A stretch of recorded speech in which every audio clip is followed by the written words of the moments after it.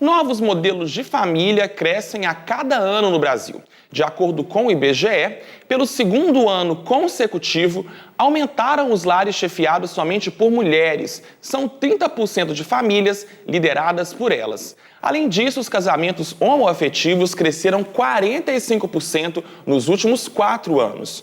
Como a psicologia e o direito avaliam essas mudanças?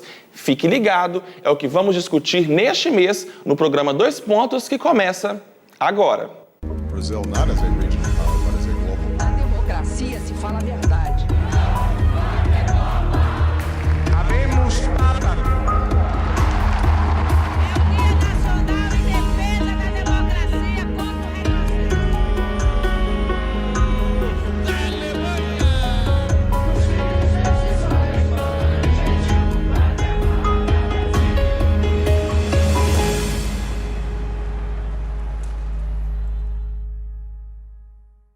Olá, seja bem-vindo ao programa 2 Pontos. Neste mês é comemorado o Dia da Família, neste mês de dezembro. E nós vamos aproveitar a data para discutir o que é família.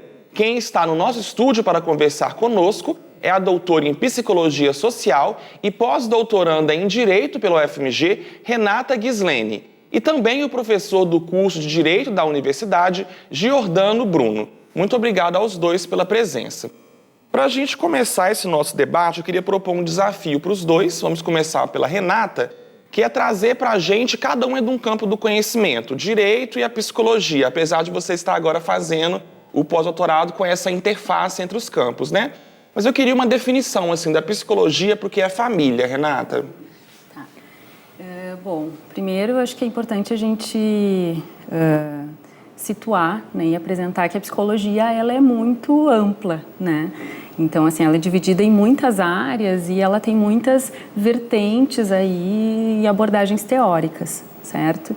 Então, assim, o que eu vou apresentar aqui, né, é uma perspectiva de psicologia social, né, que é a minha área de formação mais específica, e também uma psicologia social que ela emergiu no Brasil no final dos anos 70, início dos anos 80, a partir de uma crise aí, para se pensar a psicologia de uma forma mais crítica, né, e uma psicologia também mais próxima desse campo que é chamado campo social, né, porque até então a psicologia era muito mais restrita, né, a uma atuação clínica mais individual, né.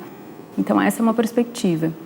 E dentro da psicologia social, a gente utiliza várias outras áreas também do conhecimento, né, como bagagem teórica. Então, antropologia, a história, a economia, né, a ciência política, né, elas nos ajudam muito a pensar, né, e fazer dentro dessa área. Então, para a gente poder definir família dentro dessa perspectiva, é importante a gente pensar que a família ela é um produto aí histórico, né, e social e cultural, né? Então, a própria ideia que a gente tem hoje, né, de um núcleo mais né, restrito de pessoas unidas, né, por questões hoje muito mais afetivas, né, do que por laços sanguíneos, né, que tem relações íntimas, então, de afeto, né, essa ideia ela foi fortemente aí construída, né, principalmente a partir da modernidade, tá? Então a gente pode pensar isso, essa é uma questão importante, essa dimensão, né, histórica, social e cultural, né, que produz a ideia do que a gente entende por família, né? E também a gente pode pensar, então, como, né, algumas características aí da nossa sociedade hoje, né, de ser uma sociedade mais também individualista, né, onde as relações aí, as inter-relações, elas são mais cada vez mais privadas, né?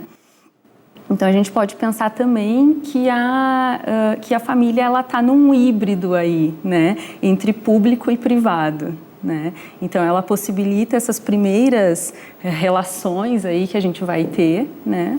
É o primeiro grupo, praticamente, que a gente tem contato, né? e ela é o que nos coloca, então nos apresenta, né, esse contexto mais amplo aí, que a gente pode chamar de social, né, hoje muito fortemente vai ser apresentado pela família. E no direito, professor Jordano, como que a gente pode definir o que é família? Bom, eu vou propor uma forma bem simples de chegar a um conceito. Para começar, a gente faz um movimento para cima para tentar encontrar um gênero próximo. E a gente poderia trabalhar com a ideia de agrupamento de pessoas. Esse gênero poderia incluir outros agrupamentos, não é? Como, por exemplo, um time de futebol, uma organização criminosa, qualquer coletivo de pessoas. E depois, num segundo movimento, a gente tenta encontrar uma diferença específica dentro desse gênero, e a diferença específica seria a união dessas pessoas por vínculos, por laços de conjugalidade ou parentesco. Então, a gente poderia definir família de uma forma bem simples como um agrupamento de pessoas unidas por vínculos de conjugalidade ou de parentesco. E para o direito é muito importante encontrar um conceito de família, porque há um certo número de normas, de regras que são aplicáveis às relações de família. Mas acho que para começar parece um conceito bastante simples, depois ele pode ficar um pouco mais complexo, porque discutir o que é conjugalidade e o que é parentesco é sempre muito polêmico. Mas acho que é um ponto de partida para a nossa conversa. Agora a gente fala muito, às vezes, né, as pessoas comentam assim, o meu seio familiar. Então teria um seio familiar e teria uma família, digamos que ampliada, que aí vem tios, primos e por aí vai. A família é só esse seio familiar, pai, mãe, filhos ou não? Ou a família é todo mundo? É tio, é primo de segundo grau, de terceiro grau? Tudo isso é família também, Renata? Tudo isso é família também, né? Inclusive, assim como eu apresentei que a psicologia ela é um campo plural, né? Por conta das suas vertentes e teorias, a gente também pode pensar que a gente vai ter vários arranjos e modelos, né? Então a gente hoje costuma inclusive falar em famílias, né, no plural, né? E não no singular. Então, sim, são famílias, né? Tudo isso é família. Agora, para o direito, professor, chega uma hora que acaba a família? Que vai tendo primo de segundo grau, terceiro grau, quarto grau. Não para, não? Não tem uma hora que chega, não? Tem uma hora que na linha que nós chamamos de linha colateral, que são justamente os irmãos, primos, tios, que o direito tem que pôr um ponto final. Na linha ascendente, não é preciso pôr um ponto final, porque a natureza dá conta de fazer isso. Então, em geral, não há mais do que pai, avô ou bisavô. E nem na descendente. Mas para os lados, para fins jurídicos, é necessário colocar um limite. E o limite do direito brasileiro atual é o 4º grau em relação ao vínculo de parentesco. Então, nós só temos relações de família para o direito até o 4º grau na linha que vai de lado, assim. Na linha reta, a natureza dá conta. Agora, Renata, qual que é a importância da família ou das famílias para a formação do sujeito? É fundamental a gente ter passado por essa estrutura familiar para que a gente se constitua enquanto um sujeito? Bom, essa pergunta, sim, ela é bem importante, né, sim, na psicologia. E também vou retomar falando um pouquinho de um outro conceito, que é a própria constituição de sujeito, né? Então, a gente vai ter esses vários entendimentos dentro da psicologia, e na psicologia social a gente vai falar de um sujeito que ele se produz aí dentro de várias dimensões, né? Histórica, cultural, social, econômica, política, né? Essa dimensão que eu também apresentei anteriormente.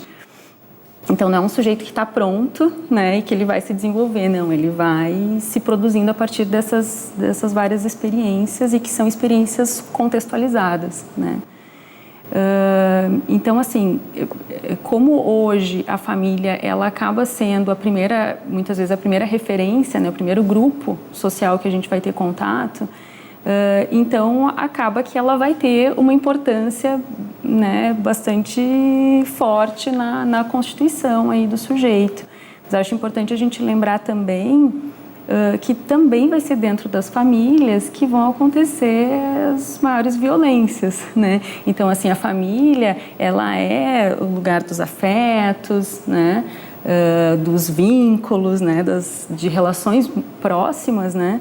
Mas ela também é o palco, muitas vezes, de muitas violências, né? Principalmente violência contra a mulher, violência contra as crianças, né? Jovens, contra idosos, né? Mais recentemente. Agora, você citou um aspecto dessa questão das relações. Eu queria te perguntar uma coisa. Muitas vezes, duas coisas, na verdade, mas vamos por partes.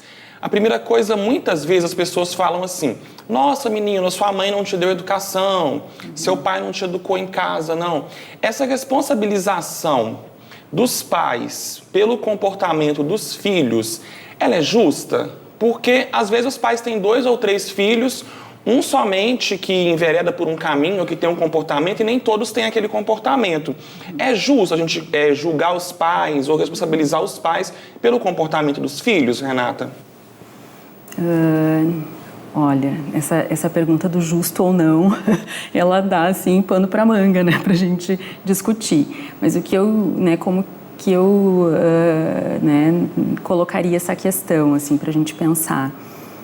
Existe uma tensão aí das responsabilidades, né? O que é, por exemplo, responsabilidade da família ou o que é responsabilidade do Estado, né? Tanto de oferecer, por exemplo, condições, inclusive para que essa família possa, né, viver de uma determinada forma, né?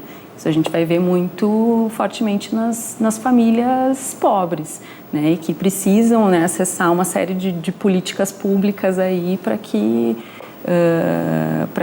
não podem privatizar, né, as suas necessidades, assim, pagar por elas, né? Então, acho que essa é uma questão aí para a gente pensar.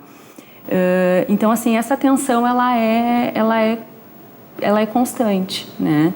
Então, é claro, e também fala dessa tensão público e privado, né? Porque, assim, bom, o que acontece ali naquela relação, o que é possível de acontecer, porque é dentro da minha casa, né? Mas e o que já não é mais possível, o que o Estado tem que, né? De que forma que o Estado, então, intervém, né? Para dizer que isso já não pode, né?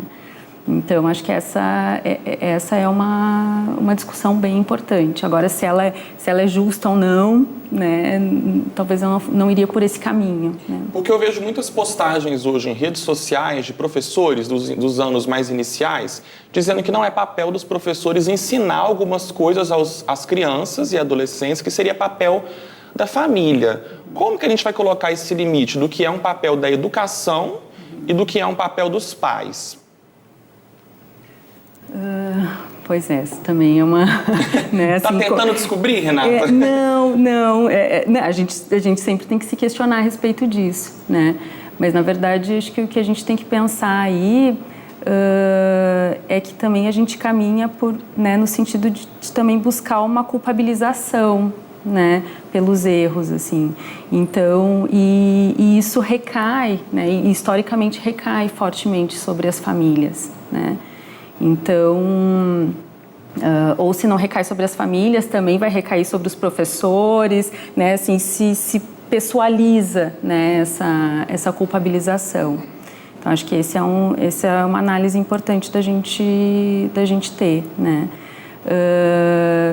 Mas é claro que vão ter, por exemplo, cuidados iniciais e cuidados básicos que eles vão ficar a cargo das famílias, né? E vão ter outras, né? Por exemplo, dentro do processo de escolarização, né? Se a gente pensar, a família ela tem que dar condições para isso acontecer, ela tem que acompanhar esse processo, né, de uma forma próxima, né? E a escola vai fazer o seu papel de transmissão aí, né, de produção de conhecimento. Melhor pensar numa parceria, então, cada um com o seu papel. Exatamente, é mais um sentido de parceria, mas o que acontece é que como a gente vê tantas também precariedades todas essas políticas públicas, né, e que a gente vai ver a busca por essa culpabilização, então. Agora, Renata, qual que é o caminho para os pais para não forçar, exagerarem no castigo ou numa palmada, num tipo de comportamento desse tipo? Qual que seria o caminho ideal para os pais conseguirem educar os filhos sem serem levados para a justiça, ou para a polícia, ou para um conselho tutelar? Bom, que a gente vê que as pessoas estão tendo muitas dificuldades de lidar com os seus próprios conflitos, né? Então, não por acaso que existe uma hiperdemanda, né, sendo direcionada para o judiciário, né? Então, porque isso extrapola, né? Parece que as possibilidades das pessoas darem conta, né, daquilo que elas estão vivendo no seu cotidiano. Então, assim, existe uma dificuldade, né? E muitas vezes também existem também exigências, assim, certos modelos que são modelos instituídos de bom funcionamento de uma família, né? Então, assim, parece que tudo que escapa, né, a esse modelo, isso deve ser punido, repreendido, né? Não estou dizendo que as pessoas devam, né, bater nos filhos, né, devam usar esse recurso, mas pensando isso, assim, como que a gente também entende as diferentes realidades, né? Porque são, como eu falei, se a gente parte do entendimento de que são famílias, porque elas têm muitas formas de organização, né, possíveis, né? Agora, Jordano, a gente hoje tem muitas pessoas, muitas crianças e adolescentes que são privadas do convívio familiar, convívio com o pai ou com a mãe, ou até mesmo com ambos. Como que esses casos chegam até a justiça e por que eles chegam até a justiça? De uma criança que o pai não está indo visitar, ou de uma criança que a mãe deixou a família, ele não tem mais nenhum contato. Tem como obrigar as pessoas a serem pais ou a serem mães? Pois é, Julio Anderson, eu te agradeço por essa pergunta porque ela me incomoda muito pessoalmente. Eu olho de uma forma muito crítica essas tentativas do Poder Judiciário de oferecer o que as pessoas não tiveram em suas relações familiares, mas ultrapassando alguns limites. Por exemplo, a questão do convívio com um dos pais, que pode não ter acontecido por várias razões. Há limites para aquilo que o Poder Judiciário pode oferecer em troca desse convívio, no lugar desse convívio. Seria muito necessário, saudável, a gente admitir que a vida é cheia desses acidentes, cheia dessas complexidades e realizar algumas perdas, né? Aceitar algumas perdas. Mas, assim, só para pontuar, uma possibilidade de causar embaraço, dificuldade, é a dissolução das conjugalidades. Então, quando um casamento, uma união estável se dissolvem, esse é um fator de tensão para a relação dos pais com os filhos. Mas não é necessário que o rompimento da conjugalidade interfira na parentalidade. Na verdade, é muito necessário que os pais consigam distinguir isso, né? Consigam identificar as crises e até o rompimento de sua relação como casal, de outros vínculos que os ligam aos filhos. Então, nas hipóteses de dissolução de união estável e divórcio, tem sempre uma discussão sobre a guarda e sobre convivência com a criança. E tudo isso tem que ser feito no melhor interesse da criança. Então, não é o melhor interesse nem da mãe nem do pai, é o que será melhor para ela. E para descobrir isso, a psicologia sempre é convidada a opinar, a dizer como interpretar esse melhor interesse. Agora, há outras hipóteses em que não há simplesmente um fim de conjugalidade que cria embaraço para a parentalidade, mas é mesmo a ausência de um ou de ambos os pais. Na ausência de ambos os pais, a adoção é a melhor forma, a forma mais estável de obter uma reinserção da criança na vida familiar. Mas nem sempre ela é possível. É também importante assim, chamar a atenção para o conceito de família extensa. Muito frequentemente o pai, por uma questão específica, ou a mãe, não consegue mobilizar esse tipo de cuidado. Mas às vezes o avô, a avó, o tio. Então também não desperdiçar essas oportunidades, né, de oferecer contato com a família tomada em sentido mais amplo. Mas o que é alienação parental e o que é abandono afetivo? Tá. A alienação parental é uma síndrome que a psicologia estudou e identificou há algum tempo, mas que, no nosso caso brasileiro específico, deu nome a uma lei que pune o pai, no sentido amplo, né, pode ser o pai ou a mãe, que pratica certas condutas que a lei tipifica, então não é qualquer coisa, mas pratica certas condutas que tendem a afastar o outro pai do convívio com a criança. Então, que criam ali memórias, que criam narrativas, que impedem o contato do outro pai, que geralmente não tem a guarda, com aquela criança. A lei pune esse tipo de prática e ela é a manifestação de uma grande doença, de um grande problema que geralmente decorre do fim da conjugalidade. Então, fim de casamento, fim de união estável, pode haver essa situação em que o pai que ficou com a guarda dificulte o outro pai de experimentar esse convívio. Então, a alienação parental, no direito, é esse tipo de estratégia de afastar o outro praticando condutas tipificadas em lei. E, por outro lado, o abandono afetivo é uma nomenclatura que apareceu no judiciário para indicar as hipóteses em que um pai é condenado a indenizar uma criança por não ter convivido com ela. Não é por não ter pago uma pensão alimentícia, não é por não ter provido a questão econômica, é por não ter convivido e dado afeto e cuidado. Eu sou radicalmente contra essa interferência do judiciário. Acho que, mesmo que dê outro nome, isso é disciplina de afeto, de amor, de carinho, coisa em relação a que o direito não tem como tutelar, não tem como garantir. E qual que é a sua avaliação desses casos, Renata?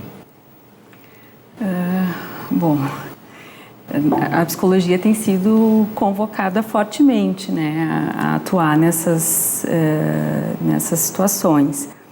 E o que se tem pensado a respeito tanto da alienação parental, que ela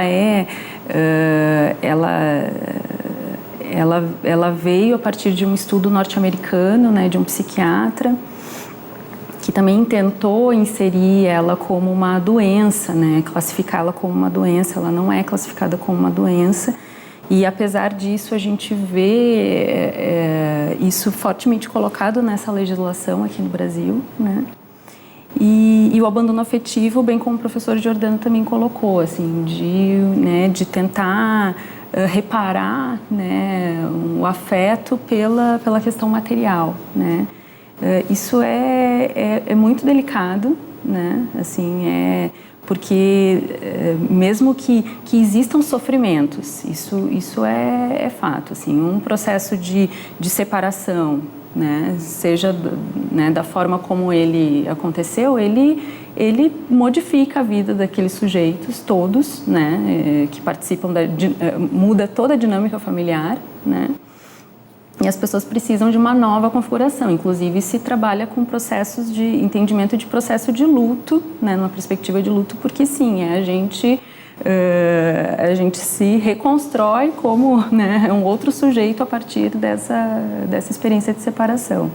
Então, assim, existem nessas situações, por óbvio que vão ter conflitos que vão vir para a cena, né? E também, eu acho que uma outra questão importante já é uma família que, todas as famílias, elas têm os seus conflitos, né? Elas têm as suas dinâmicas, a sua forma de organização, né? Só que quando a gente está vivendo um processo de separação em que isso vai para o judiciário, isso se publiciza, né? E isso se intensifica, né? Porque o judiciário também vem de uma cultura litigiosa, mesmo que hoje esteja trabalhando, né, para pensar, né, formas alternativas de resoluções de conflitos, muito pela mediação, né? Mas ele vem dessa cultura litigiosa. E as pessoas, então, entram, né, nesse jogo também, né? Então, os conflitos, eles tendem a se intensificar, né, na medida em que tem um processo judicial. E o psicólogo vai ter um papel muito importante, porque ele vai também poder dar visibilidade para isso, enquanto também um processo que acontece dentro das relações, né? Ele vai poder identificar alguns caminhos possíveis. Essa é a grande importância do psicólogo, para além de dizer, por exemplo, que um é mais capaz ou não, ou que um é vítima, agressor, né? Porque a gente também está falando de punição, né?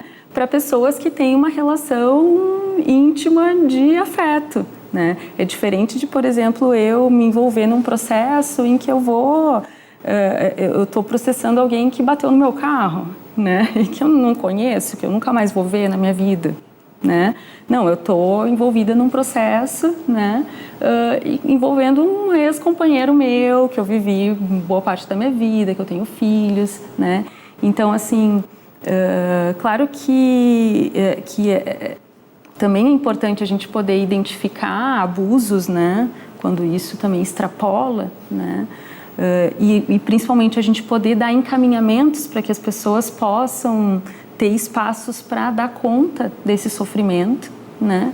E muito mais do que a gente também ficar sinalizando quem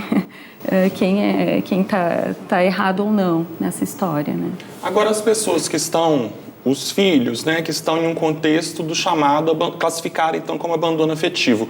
O que seria o ideal para eles na perspectiva da psicologia? Buscar uma ajuda, terapia? Como que a pessoa pode tentar suprir essa ausência de um dos pais? Geralmente é uma busca que as pessoas já fazem, né? Inclusive, às vezes isso chega no processo judicial. Bom, eu fiz anos de terapia, eu preciso ser ressarcido, né? Entendi. Em relação a esse sofrimento, né? Então, é uma busca que ela existe, né?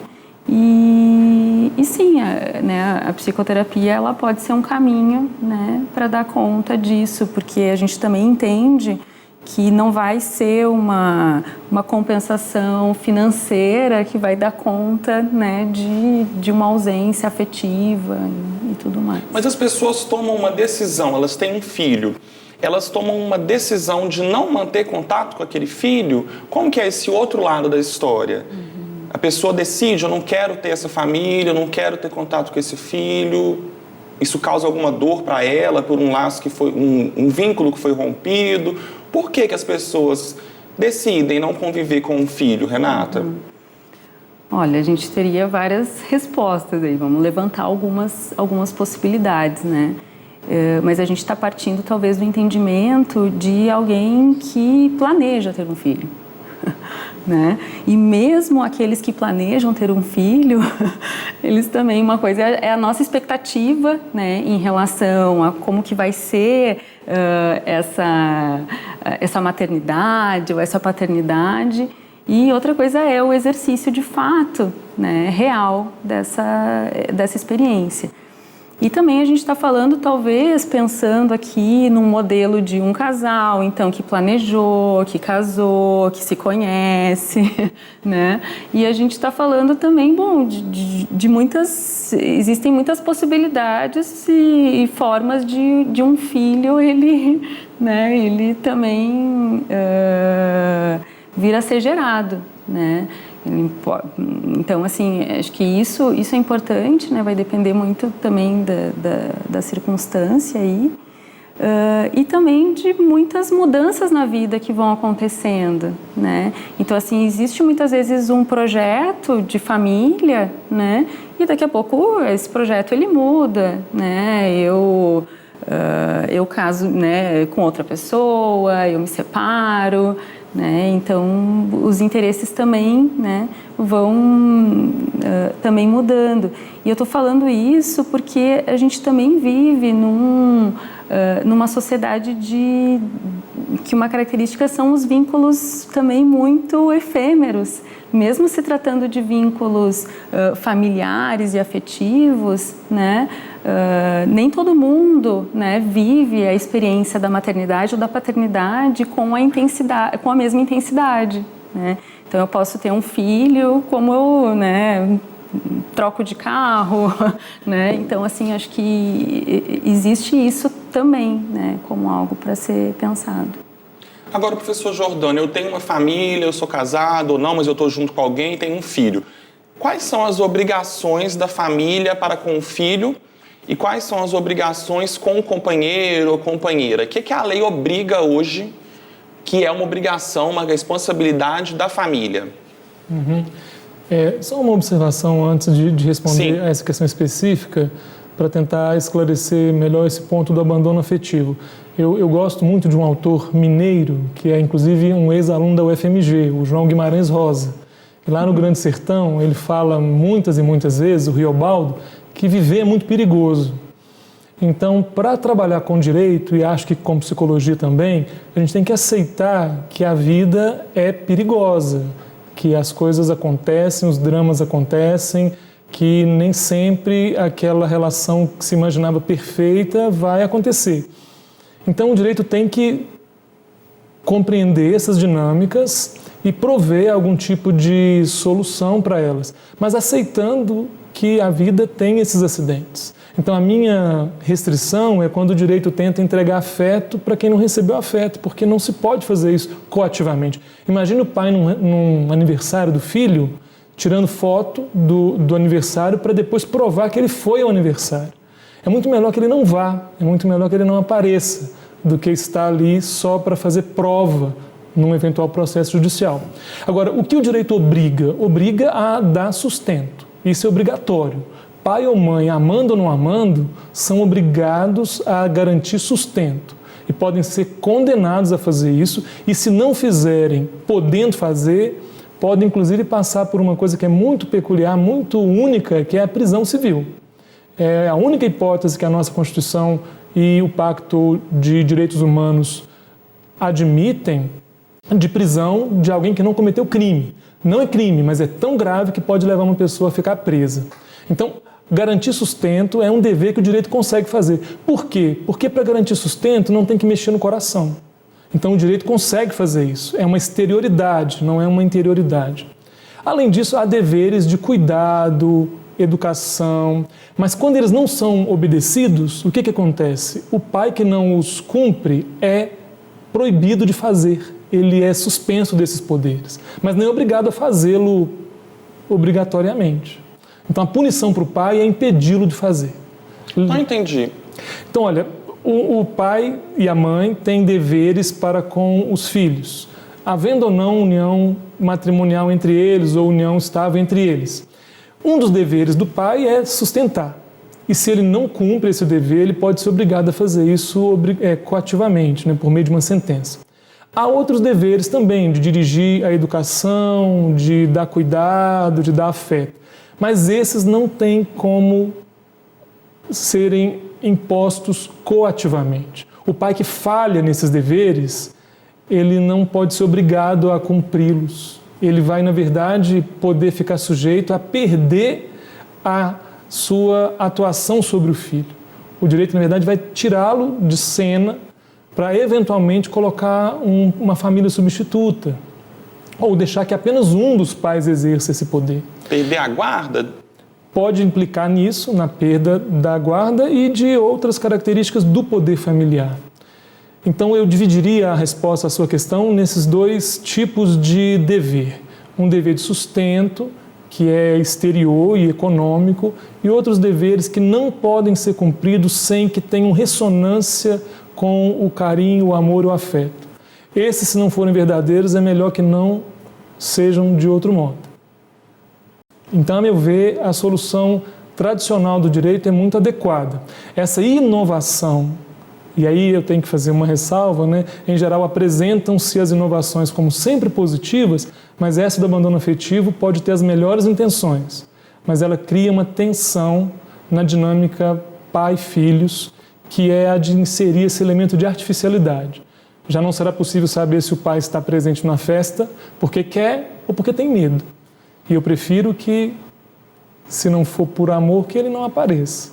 Agora, entre os companheiros, professor, entre o casal, a lei também obriga determinadas responsabilidades, determinados cuidados? Sim. Entre os companheiros? Sim. Tecnicamente, há uma diferença entre casamento e união estável no que se refere ao a lista de deveres que eles têm entre si, entre os integrantes. No casamento, a lista é um pouco maior, um pouco mais rígida, mas na união estável, que é essa união que não é feita no papel, né, que se dá a partir da convivência, também há deveres. Então é possível dizer assim, com tranquilidade que, seja qual for o tipo de conjugalidade, os companheiros têm obrigações entre si. Por exemplo, a obrigação de cuidar, sustentar, amparar, respeitar, e cada uma delas gera consequências, se for descumprida. Sendo assim muito objetivo, o dever de sustento pode se traduzir no dever de pagar alimentos.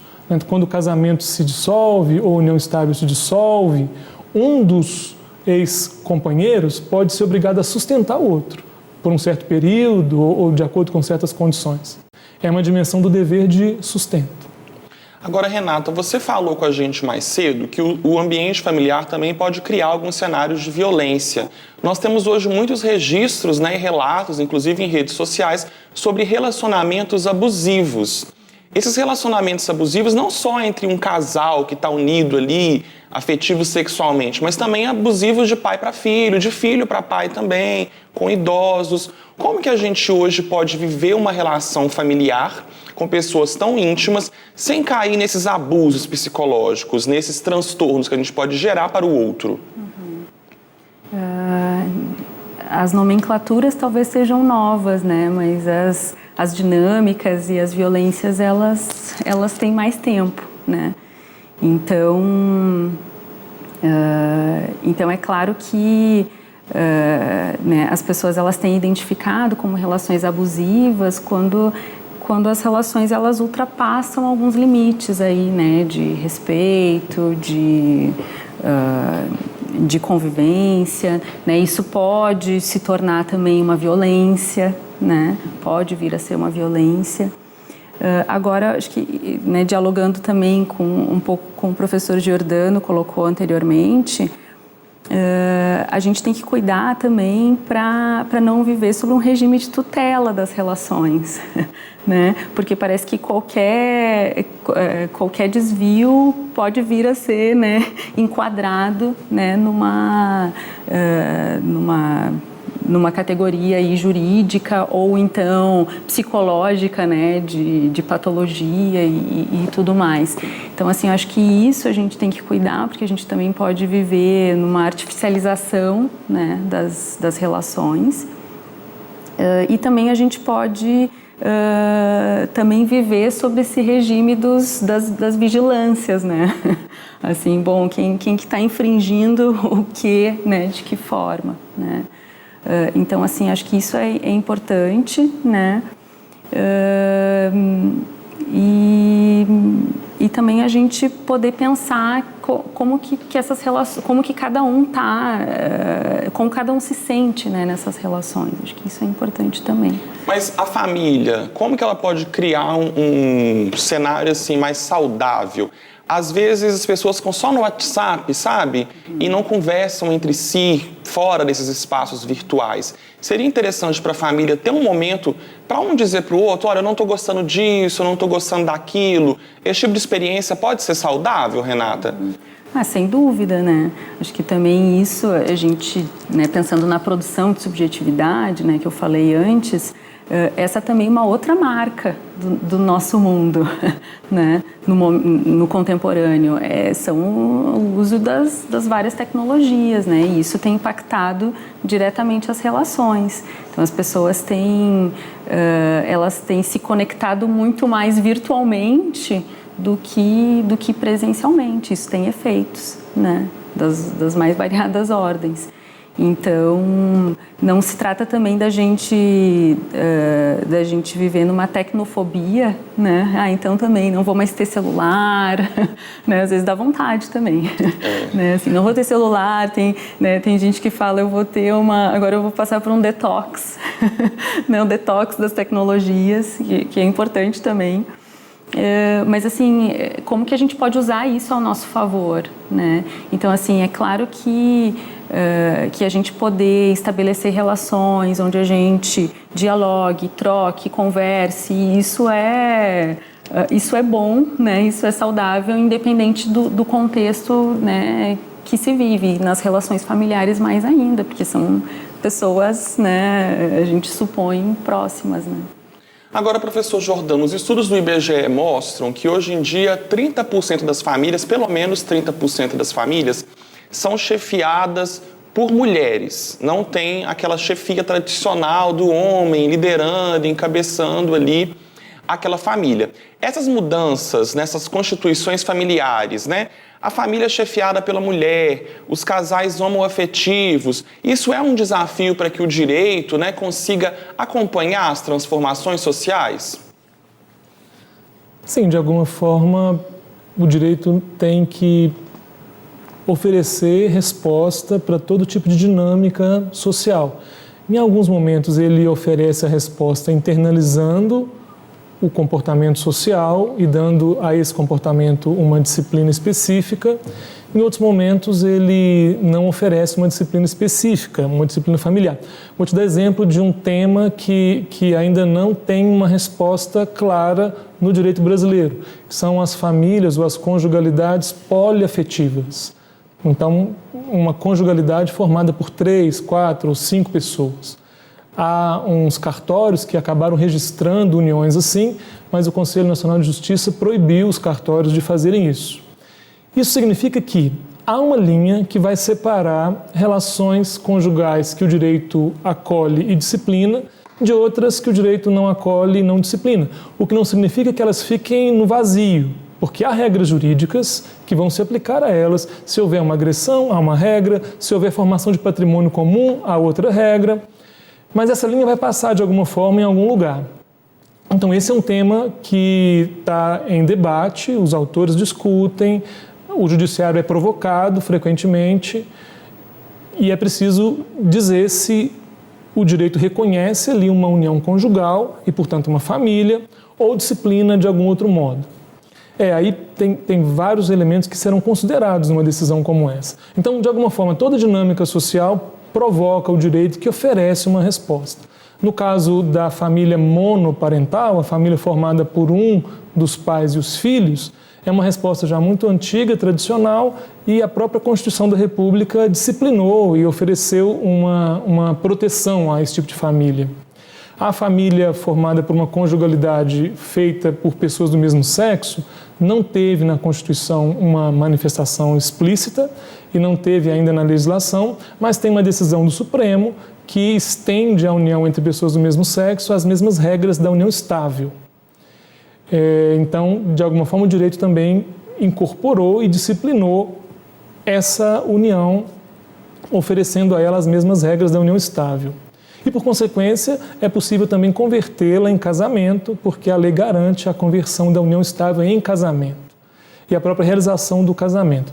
Há projetos de lei que estavam em tramitação no Parlamento para a disciplina da união civil entre pessoas do mesmo sexo, que é o que outros países já fizeram, pela lei aprovada no Parlamento, criando um modelo peculiar, que pode ter as mesmas regras, ou pode ter regras diferentes das regras do casamento, mas com uma outra nomenclatura. Não foi o caminho que a gente trilhou até aqui. Mas tem união civil, casamento e união estável? Então, essas escolhas são feitas pelos sistemas jurídicos. No Brasil, nós não temos uma lei que tenha disciplinado a união entre pessoas do mesmo sexo. Então, foi por uma interpretação da Constituição, feita pelo Supremo, que essas duas conjugalidades previstas na Constituição e no Código Civil foram ampliadas. Então, tanto a Constituição quanto o Código Civil dizem textualmente que casamento é a união entre homem e mulher e união estável é a união entre homem e mulher. O Supremo fez uma interpretação que amplia essas estruturas para abranger as uniões homoafetivas. Então, no Brasil não há união civil porque não há nenhuma lei que discipline usando um nome parecido com esse. Mas há união estável e casamento por conta desse caminho que nós adotamos. Agora, Renata, quando a gente tem uma família que tem só o pai cuidando dos filhos, ou tem só a mãe cuidando dos filhos, que tem parecido ser o mais comum, ou então a gente tem uma união homoafetiva com filhos. Muitas pessoas se questionam, uma casa que não tem a figura paterna, faz mal para a criança não ter um exemplo masculino? Ou uma casa que não tem a figura materna, faz mal para a criança não ter um exemplo feminino? Isso é prejudicial para a criança não ter eu sou um menino e não tenho um exemplo masculino em casa. Eu sou uma menina e não tenho um exemplo feminino em casa. Isso traz algum problema para a criança? A gente pode também fazer essa pergunta ao revés ou usando outras cenas, né? Outros personagens, né? Mas a gente pode se perguntar, como que é para o desenvolvimento de uma criança viver numa família onde os pais se violentam? Né? Ou onde se vive com um avô e o avô é um avô abusador. Enfim, então a gente pode se perguntar, né? Então, dessas variadas formas, né? Os modelos, as referências e as contra-referências, né? Elas vão se construindo não só no contexto familiar, senão a gente viveria numa bolha, né? E a gente também não produziria muitas diferenças a partir daquela dinâmica. E não, o que a gente vê é justamente o contrário, né? Vê reproduções, mas a gente também vê muitas variações, né? E, além dessa pergunta específica, só queria fazer também um comentário sobre esses dados do IBGE, né, de 30% das famílias lideradas por mulheres, né? E a gente pode também pensar numa leitura, a gente pode ler esse dado de várias formas, né? Tanto pensar, olha como as mulheres ganharam independência, né? Até porque geralmente esse dado ele vem com o dado de maior escolarização da mulher, ele vem com a entrada da mulher no mercado de trabalho, ele vem com a diminuição da taxa de fecundidade, mas a gente tem que pensar também que mulher é essa, né? Porque, por exemplo, o dado diminuição da fecundidade, da taxa de fecundidade, na adolescência isso difere, né? O Brasil ele está no topo da média dos países latino-americanos em gravidez na adolescência, no período ali entre 15 e 19 anos, né? Então, acho que esse é um ponto, né, de que mulheres... e também, então, para a gente poder pensar em independência, mas pode ser vulnerabilidade também, né? Porque na medida em que, se eu pego uma mulher, por exemplo, que resolveu ter um filho por uma fertilização, né? Que, ela tem uma carreira estabelecida, ela tem uma alta escolarização e ela resolveu, então, inclusive, fazer um procedimento que não é um procedimento barato, né? Para que ela tenha um filho. Ok. Essa mulher, ela não é do grupo vulnerável, né? Mas se a gente pega uma mulher, por exemplo, que foi abandonada pelo parceiro, né? Que não tem um trabalho formal ou não tem um trabalho, não tem uma renda, né? E que ela não tem uma autoescolarização, né? Essa mulher já está no campo da vulnerabilidade, né? Então, assim, a gente pode ler esse dado, né, de várias formas, né? Então, acho que é importante a gente pensar que existe também uma cultura aí, né, de que as mulheres são postas no lugar de cuidado, né? Que essa função, essa grande função é atribuída às mulheres, e mesmo que a gente tenha arranjos diferentes, mas como que será que é esse pai solo, né? Como que é a rede de apoio dele? Como que é a rede de apoio da mãe solo, né? Porque também a gente vê pesquisas associadas que as mães solos sofrem muitas discriminações, né, no mercado de trabalho. Então, assim, é uma rede completamente diferente, né? A forma como isso é acolhido, né, e valorado, né? Então, acho que isso também são coisas importantes, até porque os estados que lideram essa lista dos 30%, esse topo dos 30% das mulheres, é o Distrito Federal e o Amapá. E olha que interessante, que são estados com características muito diferentes, né? Agora, a gente também, né, pesquisando para o programa, eu encontrei também informações familiares em que os pais tinham preocupação por serem casais homoafetivos, do preconceito que os filhos iam sofrer em uma reunião na escola, em um aniversário, em algum momento de como explicar para aquela criança daquela formação diferenciada, porque são pessoas que não estão se encaixando no padrão, digamos assim. Qual que é esse desafio que fica para os pais, Renata, em casais homoafetivos, de explicar para o próprio filho que a família dele não é uma família tradicional, digamos assim? Com certeza eles têm um desafio, mas que também não é só deles, né? Se a gente quer, de fato, falar em novos arranjos, em novas famílias, então estamos todos postos nesse desafio de poder pensar, né? Então essa família, para além de um modelo heterossexual, de pai, mãe, filho, né? A gente tem visto várias escolas que já, por exemplo, não fazem mais festas de Dia dos Pais, Dia das Mães, né? Então, que fazem uma festa de Dia da Família, por exemplo, que é uma forma já também de pensar que bom, que essa criança às vezes não vai ter a figura da mãe, uma figura do pai, né? Seja porque é uma união homoafetiva, né? Ou entre pessoas do mesmo sexo, ou também porque, bom, um dos familiares morreu, né? Ou então, bom, essa criança é cuidada pelos avós, né? Então, assim, existe tem se visto esse movimento, assim, que, claro, é um movimento micro, né, ainda, mas que já fala de uma certa mudança. E é de respeito, né, às novas configurações. Agora, professor, pesquisando também, eu encontrei uma outra configuração que eu acho que a lei não vai estar defendendo, mas de pessoas que dizem que tem o pai, a mãe e o cachorro. E aí trata o cachorro como filho. Inclusive, li matérias de pessoas que, quando se separam, a guarda, não sei se é o termo correto, professor, mas vou dizer assim, a guarda do animal é levada para a justiça. Como que isso se dá no campo jurídico, professor? Bom, isso se insere num tema muito mais amplo, que é o tema do direito dos animais.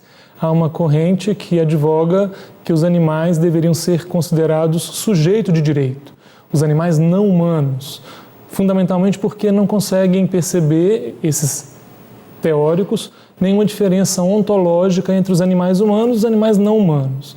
Há uma emergência de algumas características que nos tornaram bípedes e de alguma forma distintos dos outros, mas que não é nada tão significativo. Logo, não se justificaria um tratamento diferenciado. Eu não compartilho desses pressupostos, acho que o ser humano tem uma dignidade própria, inerente a ele, que não pode ser retirada em nenhuma hipótese, e elevar os animais não melhora a proteção deles, mas simplesmente abaixa, reduz o status e a proteção, que já não é tão grande nem tão efetiva, que nós damos às pessoas e, sobretudo, às crianças. Então, num processo de dissolução de casamento de união estável, me parece que o modo mais adequado de tratar os animais de estimação é considerá-los como coisa, mas como uma coisa bastante peculiar, dotada de certas características, inclusive a possibilidade de sentir dor e sofrimento, e dar a ela um melhor destino a partir dessas características. É possível que um dos ex-cônjuges possa ter tarefas ligadas a esse animal, possa desfrutar de alguma forma da companhia, mas eu jamais utilizaria nomenclaturas criadas para disciplinar a situação dos filhos, como guarda, convivência e alimentos. Isso me parece uma confusão que não beneficia em nada os animais e que coloca crianças numa situação inadequada. Bom, só para deixar também um outro ponto para reflexão, esse tipo de discussão e de briga no judiciário também é uma manifestação da incapacidade completa das pessoas de chegar a bom termo no fim de suas relações conjugais. Então, isso revela um fracasso social terrível. É difícil, Renata, aproveitando a deixa, é difícil terminar essas relações, por isso que há tanta judicialização das questões, seja com o cachorro, com o filho, porque tem situações que parece que realmente precisam ser levadas à justiça, mas algumas às vezes parece que há um certo tipo de vingança, não sei, contra o parceiro. É tão difícil assim romper um relacionamento, ver que a sua família que você sonhou e planejou, de repente, ela não existe mais? Com certeza é difícil, né? Comentei antes, né, de todas as tensões, né, e crises mesmo que se produzem, né, nesse período.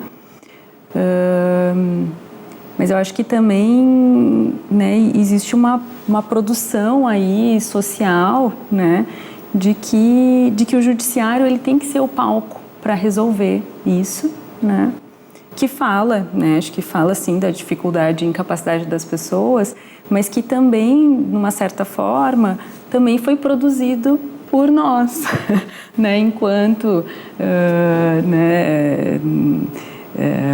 profissionais do direito, da psicologia e outros profissionais que também fazem parte, né, tanto do contexto do sistema de justiça, quanto porque os psicólogos estão no campo da educação, da saúde. Então essas problemáticas elas chegam em outros, né, em outras instâncias também, né. E a gente também fazendo meia-culpa, né, a gente historicamente também despotencializou essas pessoas, né, da possibilidade delas construírem formas, né, de resolver os seus conflitos, né. A gente, por quê? Porque a gente também foi dizendo para elas que existiam formas adequadas de se viver, né? Então a gente também, né, foi mostrando isso e bom. Então assim, bom, se eu não resolvo dessa forma, se a minha vida não tem esse desfecho, então o que eu devo fazer, né? Como eu devo fazer? Então assim, eu acho que a gente tem que pensar nisso enquanto uma relação, né? Enquanto isso foi sendo produzido aí, né? Então é claro que as pessoas sofrem, né? Mas não só sofrem, né? Porque as relações também produzem muitas coisas bacanas, interessantes, importantes. Mas elas também muitas vezes direcionam para o judiciário porque elas não veem outro caminho possível de solução, né? E também não se autorizam, né? Nesses outros caminhos, né? A gente que é jornalista adora dados. Vou trazer mais um dado aqui. O número de casamentos diminuiu no país nos últimos anos, segundo o IBGE. Em contrapartida, o número de divórcios aumentou. As duas taxas estão em torno de 4%, mas foi analisado de forma significativa pelo IBGE. Você falou, Renata, mais cedo, de o casamento ser uma construção histórica, social... Casamento não, família, desculpa. Ser uma construção histórica, Casamento social... também. Casamento também. Histórica, social e cultural. Por que as pessoas sonham tanto em constituir uma família? A gente meio que mostra para as pessoas que o caminho da felicidade é só se elas formarem uma família? Existe essa produção, né?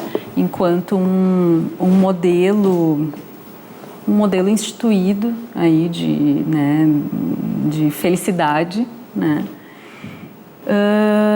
E também porque nós somos seres comunitários, apesar da gente esquecer. Boa parte, né, por conta também dessa sociedade com características, né, individualistas, né, egocentradas e tudo mais, a gente também tende a esquecer, né, mas somos seres sociais. E a família, ela acaba sendo hoje, por conta também de uma pobreza dessas relações, dessa socialização, né?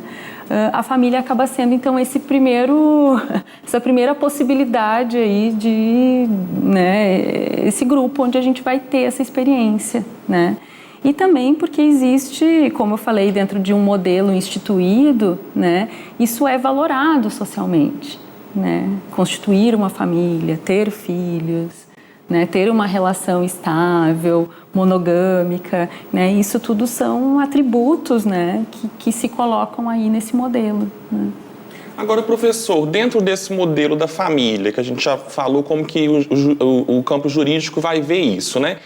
Para todo mundo chega a hora da morte. Quando morre um ente familiar, como que se dá a questão da herança? Tem como a pessoa se preparar para a morte, ela já deixar as coisas resolvidas para a família? Porque também é uma coisa que parece causar muitos conflitos, né? Quando morre, vai ter uma disputa judicial pelos bens daquela pessoa. Como que isso deve ser feito para minimizar os conflitos? Sim. A lei brasileira, ela tem opções muito claras e muito sábias para as pessoas que não elaboraram um testamento ou que não pensaram nisso antecipadamente. Então, se alguém morre sem ter feito esse tipo de planejamento, a lei vai determinar que os bens serão destinados a pessoas que presumidamente são as pessoas que merecem a maior atenção, o maior carinho, o maior afeto. E aí são descendentes e o cônjuge. Na ausência deles, pode ser o ascendente, podem ser colaterais, mas é uma estrutura que a lei pressupõe que corresponderia à vontade da pessoa se ela tivesse dito, se ela tivesse falado sobre isso. Mas há também a possibilidade de fazer um desenho completamente diferente, ligado à vontade da pessoa. Se ela for casada ou tiver filhos, ela só pode fazer esse desenho muito livre em relação à metade do patrimônio, 50%. A outra metade vai para onde a lei mandar. Que é onde que a lei manda? Que é primeiro para descendentes, junto com o cônjuge, e na ausência para o ascendente. Ah, sim. Então, filhos e cônjuge, ou então pai, avô. Mas se ela não tiver cônjuge, não for casada e não tiver filhos ou netos, ela pode fazer um testamento abrangendo a totalidade dos bens. Então, destinando a totalidade dos bens para quem ela quiser, seja para uma pessoa jurídica, uma pessoa natural, uma instituição. Para o animal não, porque o animal não é sujeito de direito. Mas há uma forma, inclusive, de proteger animais para além da morte. O direito civil tem uma estrutura que dá conta disso. É só deixar bens para uma pessoa e colocar nesse testamento um encargo para aquela pessoa cuidar do animal. Então, há também uma forma de proteger os animais de estimação, no caso do planejamento sucessório. Mas é verdade que a pessoa que não tem filho, não se casou, não tem neto, ela é sozinha a pessoa. É verdade que ela morre e fica tudo pro Estado, fica tudo pro governo? Sim, se não houver nem cônjuge, nem ascendentes, nem descendentes, nem colaterais, o Estado vai recolher aquela herança e vai dar a ela uma destinação. Os colaterais que o senhor fala é primo? No caso de herança, esses que estão aí do lado, né, essa família que está do lado, ela abrange irmãos, tios e sobrinhos, até o quarto grau. Então pode ir para um desses também? Pode. E a contagem de grau no direito é assim, muito fácil de fazer. Você sobe até o seu ascendente comum. Então, por exemplo, se eu quero saber qual é o grau de parentesco que eu tenho com meu irmão, é simples. Eu vou até o ascendente comum, que é o pai, e depois desço. Então, são 2 graus. 1, 2. Quero saber do meu sobrinho, filho do meu irmão, 1, 2, 3. E quero saber do meu primo, eu subo 1 grau para atingir o meu pai, mais 1 grau para atingir o avô, mais 1 para atingir o irmão do meu pai e mais 1 para atingir o meu primo, 4º grau. Ah, então não é primos de 4º grau, não. É relação de 4º grau dessa forma que o senhor explicou. Aí tem uma pequena confusão linguística, porque a gente fala primo de 1º grau, primo de 2º grau. É possível, é uma linguagem aceita e comum, mas em termos jurídicos, o parentesco que une 2 primos é de 4º grau. O parentesco civil deles é de 4º grau. E se for o nosso chamado primo de 2º grau, né, aí desce mais 1 grau ainda, aí é 5º grau. Esse, por exemplo, já não herda. Já não herda. Mas até o 4º grau civil há direitos sucessórios. Então, é possível fazer um planejamento, mas não é algo que deveria preocupar as pessoas se elas estiverem satisfeitas com o que a lei já planejou por elas. Se elas querem contemplar o cônjuge e os filhos, é possível que não seja necessário. Mas se elas querem proteger uma outra pessoa, um cuidador, alguém muito importante, um amigo, aí o testamento é necessário. Mas, Renata, as pessoas perderam o pai, perderam a mãe, estão passando por um processo profundo de luto. E ainda tem que se ver em meio a disputas, né, de bens. Como que é esse momento de perder o pai, o momento de perder a mãe? Como que as pessoas costumam se sentir e que caminhos que elas podem buscar para enfrentarem essa dor pela perda? Em geral, esse momento da partilha, né, também, ele junta, né, é um momento muito afetivo e de dor, né, também com resoluções e questões muito, muito objetivas, né, e materiais.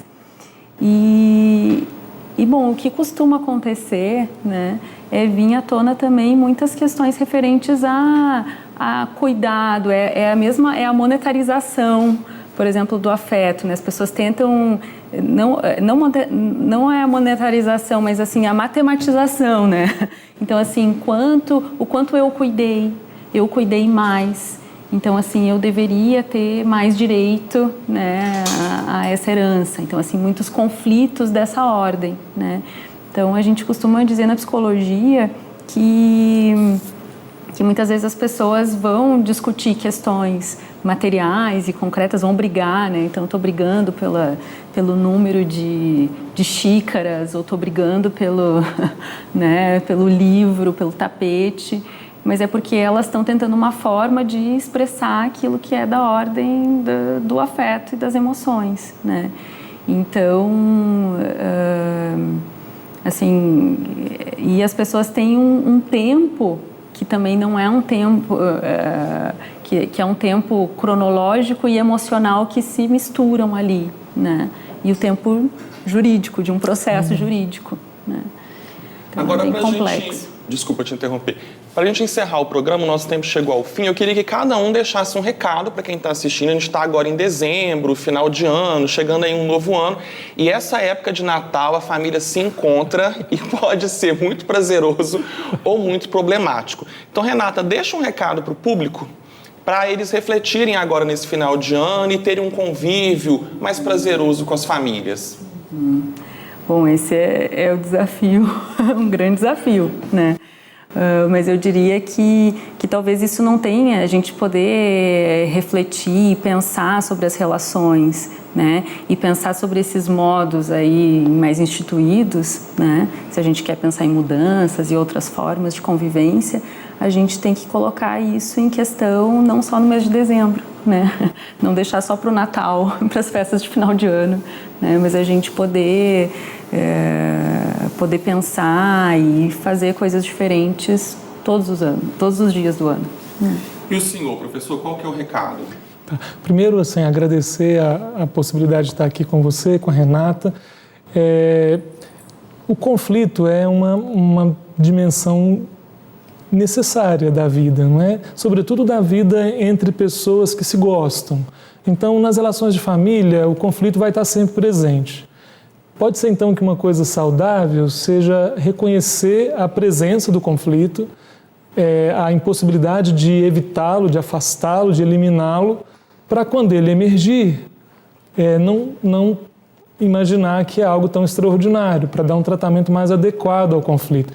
E aí, para usar um exemplo, nos últimos natais, a questão política tem sido um ponto de tensão nas ceias de Natal.